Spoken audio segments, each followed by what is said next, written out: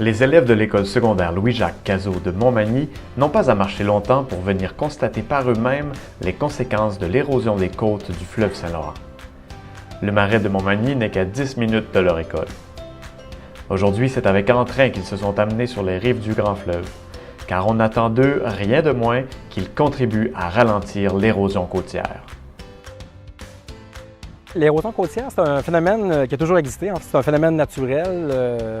Le long des berges, le long des côtes, les vagues, les courants vont prélever des sédiments, vont les transporter dans d'autres secteurs. Donc, il va y avoir des secteurs où il va y avoir vraiment une perte de sédiments, donc phénomène d'érosion. Et dans d'autres secteurs, il va y avoir plutôt de l'accumulation.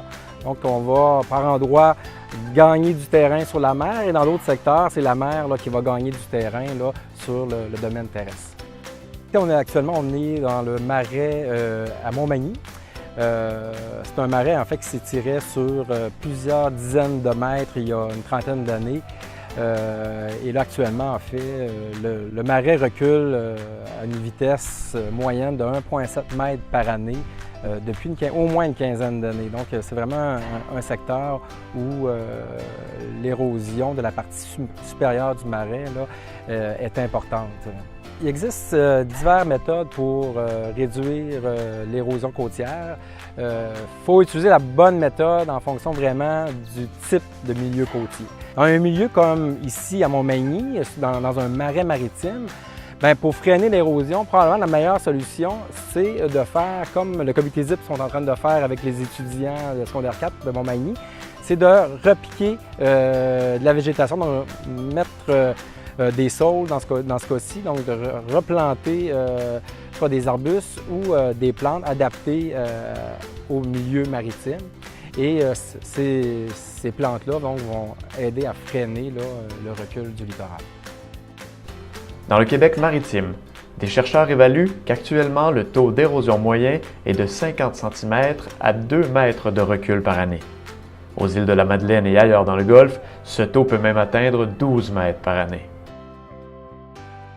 Moi, c'est Jean-Étienne Joubert, chargé de projet, naturaliste, ornithologue pour le comité ZIP du sud de l'estuaire. Ici, on se trouve dans un des plus beaux marais côtiers de la région de Montmagny. Puis le Saint-Laurent ici coule devant nous et inonde un marais de plusieurs centaines d'hectares. Aujourd'hui, on plante 200 boutures, c'est-à-dire des tiges, des branches carrément d'arbres, de saules arbustifs, donc des petits arbustes. Puis ça vient compléter 2 ans de plantation qui viennent tout juste de terminer, qui ont totalisé en tout 20 000 quelques plançons et boutures d'espèces adaptées aux côtes de l'estuaire du Saint-Laurent ici.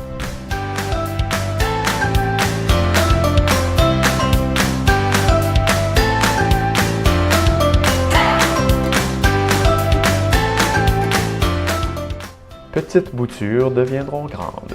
Dans 2 ou 3 ans, les tiges mises en terre par les élèves deviendront des arbustes souples mais résistants. Par leurs racines, ils retiendront ce sol que le fleuve tente de gruger un peu tous les jours. On est venu planter nos boutures, nos herbacées pour donner un coup de main à la nature, en fait, carrément.